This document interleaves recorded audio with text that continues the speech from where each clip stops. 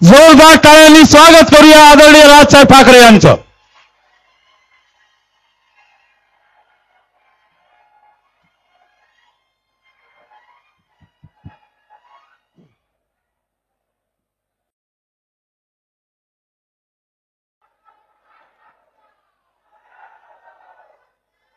तुम्हाला आवाज येतोय का माझा?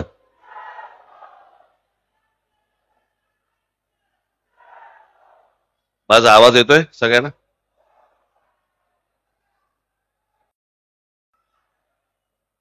सन्माननीय व्यासपीठ आणि माझ्या जमलेल्या सर्व मराठी बांधवांनो, भगिनींनो आणि मातांनो,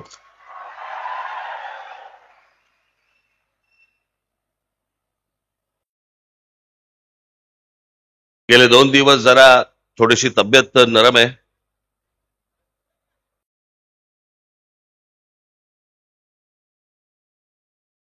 आज जो आत्ता इथे आलोय, मला सकाळी माझ्यात ताकद नव्हती. मी फक्त जयंतरावांच्या प्रेमाखातर, तुमच्या प्रेमाखातर म्हणून मी आज इथे आलो. फार काही लंब भाषण करणार नाही, परंतु जरा पावसाळा कमी झाला की पनवेलमध्ये मी सभा नक्की देईन, निश्चित देईन.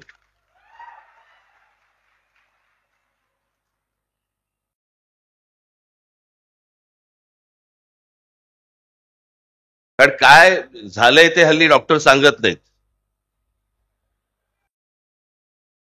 पूर्वीचे आजार कसे आपले ताठ मानेने नाव घेऊन समोर यायचे, हल्लीचे येतच नाहीत. हल्लीचे आजार आणि सध्याचं महाराष्ट्राचं राजकारण फारसं काही वेगळं नाहीये. हा या पक्षातून त्या पक्षात गेला, तो त्या पक्षातून त्या पक्षात गेला. मग आपण म्हणतो काय झालं? व्हायरल होता.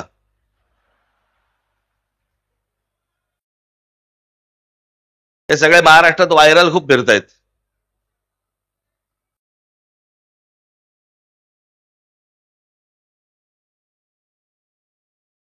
स्वातंत्र्य मिळायच्या अगोदर, जवळपास 12 दिवस 13 दिवस अगोदर ज्या पक्षाची स्थापना झाली तो शेतकरी कामगार पक्ष.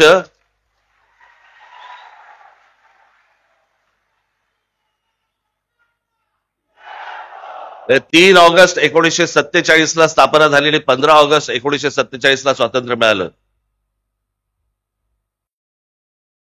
महाराष्ट्रामधला स्वातंत्र्यपूर्व काळातला निर्माण झालेला हा एकमेव राजकीय पक्ष.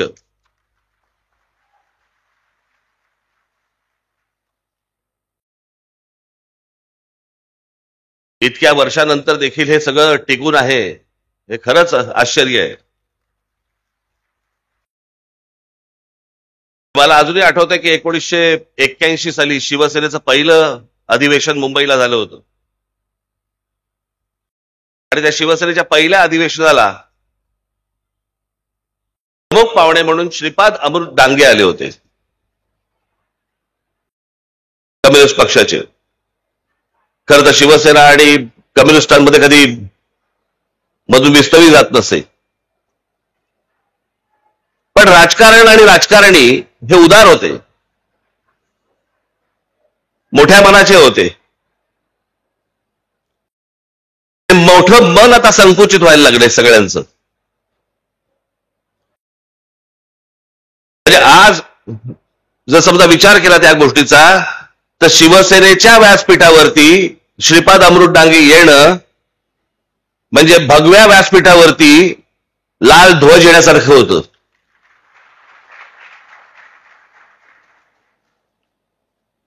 आणि आज लाल ध्वजाच्या व्यासपीठावरती 2 भगवे ध्वज हे त्या व्यासपीठावरती आलेले आहेत.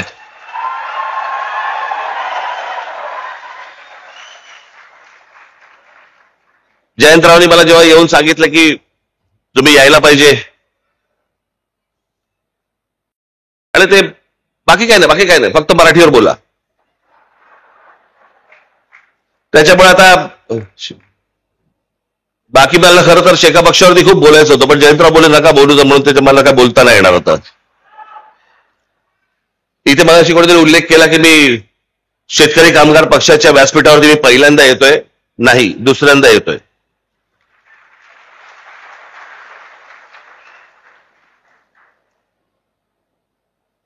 पाच वर्षापूर्वीच्या लोकसभेच्या निवडणुकीला मी जयंतरावांच्या प्रचाराला पण आलो होतो.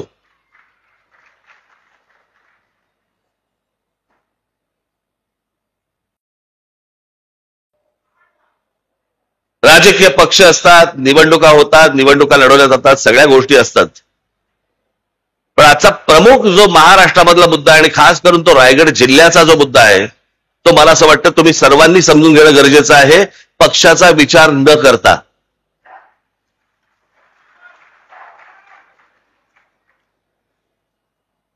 ज्या प्रकारे या संपूर्ण रायगड जिल्हा हे अटल सेतू वगैरे झालंय, जेव्हा जेव्हा चांगले रस्ते ज्या वेळेला आलेले आहेत त्यावेळेला जर राज्यकर्त्यांचं लक्ष नसेल तर तो प्रदेश बर्बाद व्हायला वेळ लागत नाही. आपल्याकडच्या राज्यकर्त्यांचं तुम्हाला आता सध्या माहितीच आहे. महाराष्ट्र राज्याचा मुख्यमंत्री महाराष्ट्रात लहान मुलांना हिंदी कशी आणता येईल आणि शिकवता येईल याचा विचार करतोय. पण महाराष्ट्रामध्ये जे काम धंद्यासाठी येत आहेत त्यांना मराठी कशी येईल याचा विचार नाही मुख्यमंत्र्यांच्या मनात.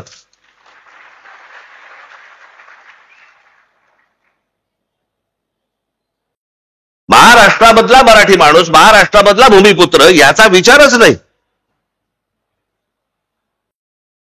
आणि याचं सगळ्यात मोठं विदारक जर स्वरूप कुठचं असेल, भीषण स्वरूप जर कुठचं असेल तो रायगड जिल्हा आहे.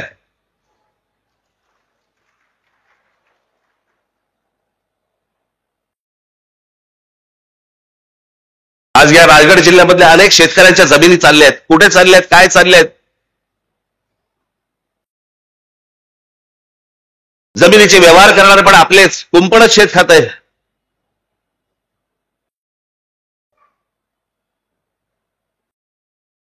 शेतकऱ्यांच्या जमिनी चालल्या आहेत, उद्योगधंदे येत आहेत, उद्योगधंद्यांमधनं बाहेरच्या राज्यातनं माणसं येत आहेत. मी आज ज्या व्यासपीठावरती आलेलो आहे त्या पक्षाचं नाव आहे शेतकरी कामगार पक्ष. म्हणजे एका बाजूला शेतकरीही बर्बाद होतोय आणि दुसऱ्या बाजूला उद्योग जे येत आहेत त्याच्यामध्ये मराठी कामगार भरती होत नाहीयेत, बाहेरच्या राज्यातले लोक होत आहेत. शेतकरी कामगार पक्ष मग काय उपयोग? या रायगड जिल्ह्याची जबाबदारी जयंतराव तुम्ही हातामध्ये घेतली पाहिजेत. आणि जो शेतकरी आहे तो बर्बाद होणार नाही. या रायगड जिल्ह्यामधली मराठी तरुण तरुणी या उद्योगधंद्यामध्ये कामाला लागली पाहिजेत. याच्यासाठी मला असं वाटतं सर्व पक्षांनी काम करणं गरजेचं आहे. बाकीची राज्य बघा तुम्ही. मी या हिंदीच्या प्रश्नावरती पण बोललो होतो. मी तेव्हा माझ्याकडे आले होते ना जेव्हा ते शिक्षण मंत्री भुसे, त्यालाही मी म्हटलं होतं, मी म्हटलं गुजरातमध्ये आहे का हो? या देशाचे पंतप्रधान आणि या देशाचे गृहमंत्री हे दोघेही गुजरातचे आहेत. अमित शहा एका त्यांच्या इंटरव्ह्यू मध्ये बोलले होते, त्यांना प्रश्न विचारला भाषावादावरती, तर ते बोलले पहिल्यांदा तुम्हाला सांगतो म्हणे मी काही स्वतः हिंदी भाषिक नाही, मी गुजराती आहे. देशाचा गृहमंत्री स्वतः ठणकावून सांगतो की नाही मी हिंदी भाषिक नाही, मी गुजराती आहे.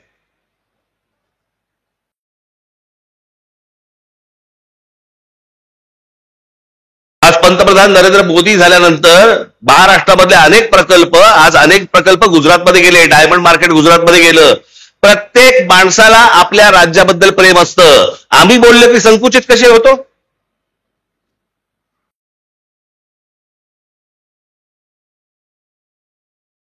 मी जेव्हा त्याला सांगितलं, म्हटलं तुम्ही आता हिंदी आणायचा प्रयत्न करताय, गुजरातमध्ये आहे का हिंदी? ते बोलले नाही गुजरातमध्ये नाही हिंदी. म्हटलं मग महाराष्ट्रात का आणताय?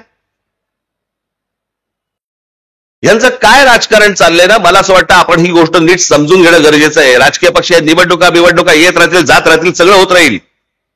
मी मागे माझ्या भाषणात म्हणालो होतो ना, एकदा तुमची भाषा संपली आणि तुमची एकदा जमीन गेली, जगाच्या पाठीवर तुम्हाला कसलंही स्थान नाही, कसलंही स्थान नाही. मी आता मुद्दा म्हणून तुम्हाला आता गुजरातमधली जागेची परिस्थिती म्हणजे शेती जमीन बघा, शेतीची जमीन गुजरातमधली काय परिस्थिती आहे? Gujarat tenancy and agriculture land act या कायद्यानुसार गुजरातमध्ये जे गुजरातचे रहिवासी नाहीत किंवा अनिवासी भारतीयांना शेत जमीन विकत घेता येत नाही. म्हणजे उद्या जर समजा तुम्ही महाराष्ट्रामधनं जर समजा गुजरातला गेलात, तुम्हाला शेत जमीन विकत घेता येणार नाही. हे भारतामध्ये चालू आहे. हे आपल्या देशातच चालू आहे. ज्या राज्याचे पंतप्रधान आणि गृहमंत्री हे दोन्ही एका ज्या गुजरात राज्याचे आहेत, त्यांच्या राज्यामधली शेत जमीन या देशातला कोणीही नागरिक जाऊन विकत घेऊ शकत नाही.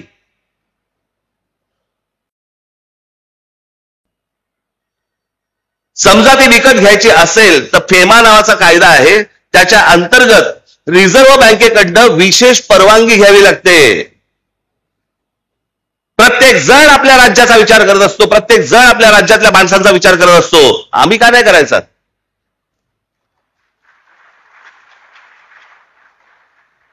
आज आमच्याकडे इथे रायगड जिल्ह्यामध्ये कोण जमिनी घेतंय, कोण येतंय, कोण राहतंय, काय चाललंय माहिती नाही. ठाणे जिल्ह्यामध्ये आमच्या कोण येतंय, कोण राहतंय, कोण जमिनी विकत घेते माहिती नाही. जवळपास उत्तरेमधले अनेक असे धनदांडगे आहेत की ज्यांनी आज महाराष्ट्रामध्ये, कोकणामध्ये, खास करून रायगडमध्ये, रत्नागिरीमध्ये, सिंधुदुर्गामध्ये जमिनीच्या जमिनी घेऊन ठेवलेल्या आहेत. आमचेच लोक विकतायत. आमच्या लोकांना एवढंही कळत नाहीये की यातनं आम्हीच संपणार आहोत.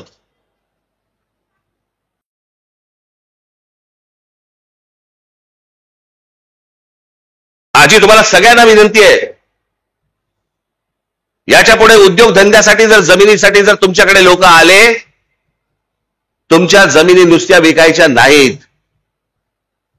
त्याला म्हणा आम्ही जेवढे शेतकरी आहोत तुमच्या कंपनीमध्ये आम्ही पार्टनर म्हणून येणार. आमची मुलं तर लागतीलच लागतील तुमच्याकडे कामाला, पण अशा फोकटच्या फाकट आम्ही नुसत्याच जमिनी देणार नाही तुम्हाला. आज या गोष्टी जर नाही वाचवल्या आपण, आपल्या हातात काहीही राहणार नाही. उद्या याच ठिकाणी, याच रायगडमध्ये अमराठी नगरसेवक निवडून येतील, अमराठी आमदार निवडून येतील, अमराठी खासदार निवडून येतील. मी जो त्या दिवशी माझ्या एका सभेमध्ये मी सांगितलं ना की हा धोका सगळा अख्खा ठाणे जिल्ह्याला विळखा पडलेला आहे.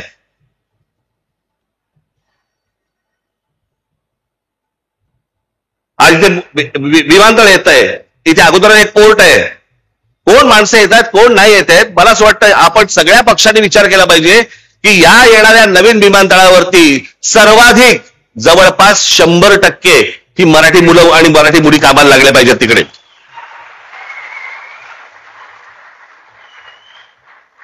बाहेरून कोणीतरी उद्योगपती येणार, तुमच्याकडच्या जमिनी घेणार, तुमच्याकडचे धंदे घेणार आणि वाटेल तो थैमान घालणार.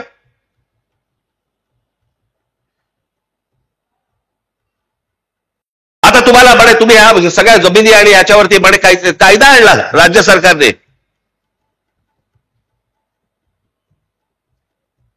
तुम्ही कोण आहात? तर अर्बन नक्षल आहात. शहरामध्ये राहणारे नक्षल.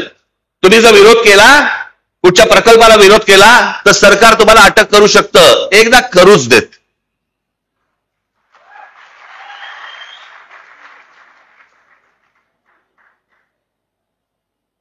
या महाराष्ट्रामध्ये मराठी माणसाच्या थडग्यावरती उद्योग नाही उभे राहणार. उद्योग आणायचे असतील तर मराठी माणसाचा मान सन्मान राखूनच तुम्हाला उद्योग आणावे लागतील, त्याशिवाय तुम्हाला आणता येणार नाहीत. कोण कुठे येतोय काही पत्ताच लागत नाहीये. कुठून रस्ता, म्हणजे या संपूर्ण राज्यामध्ये कोणत्या प्रकारची प्रगती होते, कुठून रस्ते निघणार आहेत, काय निघणार आहेत, फक्त मंत्र्यांना माहिती. का? तेच ठरवणार आणि रस्ता व्हायच्या अगोदर तेच जमिनी घेणार आणि मग या सगळ्या उद्योगपतींशी व्यवहार करणार आणि मग सगळे गब्बर होणार आणि मग निवडणुकीच्या तोंडावरती विषय गेला बाजूला, विचार गेला बाजूला, फक्त तोंडावर तुमच्या पैसे फेकून मारणार आणि तुमच्याकडनं मतं घेणार. एवढा एकमेव उद्योग महाराष्ट्रात सुरू आहे. कोणी त्याच्या खोलात जाऊन बघायला तयार नाही, कोणी त्याच्या खोलात जाऊन विचार करायला तयार नाही की याच्या पुढे काय होणार आपलं. थोडक्यात जमिनी विकायच्या, तुमच्याकडे काहीतरी चिटूर पिटूर काहीतरी येणार आणि मग ते पैसे आले की मग ते पण काढायला मोकळेच आहेत. सर्वाधिक डान्स बार हे रायगड जिल्ह्यामध्ये बंद झाले होते ना हो. मग अनधिकृतरित्या एवढे डान्स बार हे सगळे रायगड जिल्ह्यामध्ये, तेही कोणाचे? तेही मराठी लोकांचे. म्हणजे इथून पिळला गेलात की डान्सबारच्या जागी लावून तिकडून पिळून घ्यायचं. अवा रायगड जिल्हा आहे ना, आमच्या शिवछत्रपतींची राजधानी आहे ना इथे. कल्याणच्या सुभेदाराची खडा नारळाने ओटी भरून परत पाठवणी करणारा आमचा राजा, त्याची राजधानी इथे असताना त्या रायगडमध्ये डान्सबार सुरू आहेत. तुम्हाला पूर्ण भरकटवून टाकायचं. तुमचं मूळ विषयांकडे लक्षच नाही गेलं पाहिजे. वेगळेच विषय आणायचे. आता कालच माझ्याकडे कोणीतरी आणलं की आता काहीतरी महाराष्ट्र राज्य स्वतः गुजराती साहित्य संमेलन भरवतोय म्हणे. भरवू देत. व्यापाराच्या चोपड्यांमधलं, पुस्तकाच्या चोपड्यांमध्ये लक्ष गेलं तर जास्ती बरं. पण हे काय चालू आहे? हे नुसतं गुजराती माणसाबद्दलचं प्रेम नाहीये. मराठी माणसाची आणि गुजराती माणसाची लागावी, इथे भांडणं व्हावी, त्यात आपण मतं कशी काढू शकतो, काय काय करता येईल, याच्यासाठीचे उद्योग आहेत. दुसरं काही नाहीये. त्याला वाटलं होतं की लगेच राज ठाकरे आणि बाकी सगळे संजय राऊत, दिग्विजय राऊत, आम्ही सगळेजण रिॲक्ट होऊ त्याच्यावरती. होणार नाही.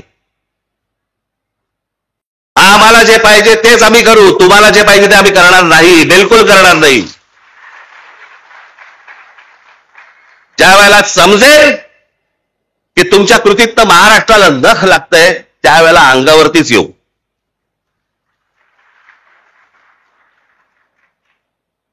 आज जो तुमच्याकडे समोर आलोय तो फक्त एवढ्यासाठीच आलोय, कान बंद ठेवू नका, डोळे बंद ठेवू नका. आपल्या आजूबाजूला काय नक्की चालू आहे याच्यावर तुमचं बारीक लक्ष असलं पाहिजे. खास करून माझ्या तरुणींना आणि तरुणांना मी सांगेन की काय चालू आहे रायगड जिल्ह्यामध्ये, याच्यावर लक्ष ठेवा. तुम्ही विकले जातात. तुमच्या पायाखालची जमीन निसटते आहे. उद्या तुमची भाषा पण निघून जाणार इकडनं.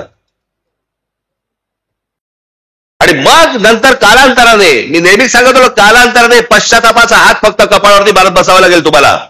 दुसरं तुमच्या हातामध्ये काही राहणार नाही. पैसे कमवले पाहिजे. पैसे प्रत्येकाने कमवले पाहिजेत. तुमच्या प्रत्येकाकडे पैसे आले पाहिजेत. तुमची कुटुंब उभी राहिली पाहिजेत. सगळ्या गोष्टी उभ्या राहिल्या आहेत. महाराष्ट्र विकून नाही.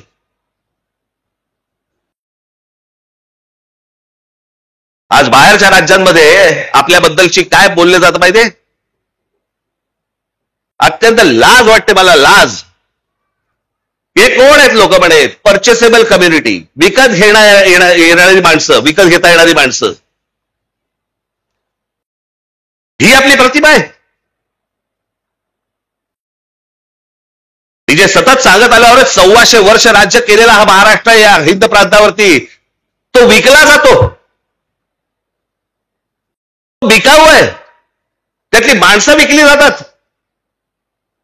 आपलं सगळं जमीन बिमीन, सगळं भाषा भिषा, सगळ्या गोष्टी सोडून द्यायला तयार होतो. असा आपण आपला महाराष्ट्र आहे. कशासाठी पुतळे ठेवायचे शिवाजी महाराजांचे? डेकोरेशन म्हणून. या गोष्टी शिकवल्या या माणसाने आम्हाला. म्हणजे फारसी शब्द या महाराष्ट्रामध्ये असू नये याच्यासाठी स्वतःचा राज शब्द कोश काढणारा हा माणूस, ज्याने तुम्ही मराठीत बोललं पाहिजे म्हणून सांगितलं, त्या महाराष्ट्रामध्ये आम्ही आमची भाषा विसरतोय, आमच्या जमिनी घालवतोय, आमचं सत्व घालवतोय, आमचा स्वाभिमान घालवतोय. एक बाबासाहेब पुरंदरेचं एक फार छान वाक्य होतं, ज्यावेळेला स्वाभिमान शून्य माणसं ज्यावेळेला होतात ना, त्याला उरतात फक्त जिवंत प्रेत. तुम्ही जिवंत प्रेतांसारखे असता कामा नाहीत. हा महाराष्ट्र आहे. देशाला दिशा देणारा महाराष्ट्र आहे. त्याची स्वतःची दशा होता कामा नये. तुम्ही जिवंत असलं पाहिजेत. तुम्ही मोठे झाले पाहिजेत. पण महाराष्ट्र विकून नाही मोठे होता कामा तुम्ही. इतरांच्या आहारी जाऊन नुसत्या फक्त जमिनी देऊन टाकायच्या. दुसरे उद्योग येत आहेत, बाहेरची माणसं येत आहेत. इथे महाराष्ट्रावरती तुम्ही बोलत असता की बिहारांच्या विरोधात आणि उत्तर प्रदेशांच्या विरोधात. अहो गुजरातमध्ये आता दोनदा झालं, दोनदा मी त्याशी म्हटलं ना, दोनदा बिहारांना हाकलून दिले. पहिल्या वेळेला 20,000 लोकांना हाकलून दिले. 20,000 लोक. कोणी ते आंदोलन केलं होतं, तो काय नाव त्याचं आमदार, अल्पेश ठाकूर, त्याने आंदोलन केलं गुजरातमध्ये. बातम्या नाहीत. बिहारी लोकांना हाकलून दिले, जवळपास 20,000 लोकांना हाकलून दिले. त्या अल्पेश ठाकूरला नंतर भारतीय जनता पक्षामध्ये घेतलं गेलं आणि त्याच्यानंतर त्या अल्पेश ठाकूरला गुजरातमध्ये त्याला आमदार केलं गेलं. म्हणजे 20,000 बिहारांना हाकलून देणाऱ्या माणसाला गुजरातमध्ये जर समजा सत्कार होतो, जेव्हा राज ठाकरे बोलतो तो संकुचित देशद्रोही कसा असतो. आत्ता पण परत बिहारांना हाकलून दिले. म्हणजे आपापली राज्य कशी व्यवस्थित ठेवतात बघा, आणि आमच्या राज्यामध्येच फक्त हे गोंधळ घालायला येत आहेत की तुम्ही हिंदी शिकली पाहिजे, बाहेरच्या राज्यातल्या लोकांना घेतलं पाहिजे. या सगळ्या गोष्टी आत्ता सुरू आहेत. माझी तुम्हाला सगळ्यांना विनंती आहे, मी ज्याला इथे सभा घेईन त्याला मी बाकीच्या इतर सगळ्या गोष्टी बोलीनच, परंतु आजच्या या जयंतरावांच्या आमंत्रणाच्या निमित्ताने, तुमच्या पक्षाच्या वर्धापन दिनाच्या निमित्ताने मला तुमच्यासमोर येता आलं. 2 शब्द तुमच्यासमोर मला बोलता आले. माझी तुम्हाला सगळ्यांना विनंती, हात जोडून विनंती आहे की जागे राहा, कान उडे ठेवा, डोळे उडे ठेवा, सतर्क राहा. आपला महाराष्ट्र विकला जाऊ देऊ नका, एवढीच फक्त विनंती करतो आणि आपल्या सर्वांची मी रजा घेतो. धन्यवाद. जय हिंद, जय महाराष्ट्र.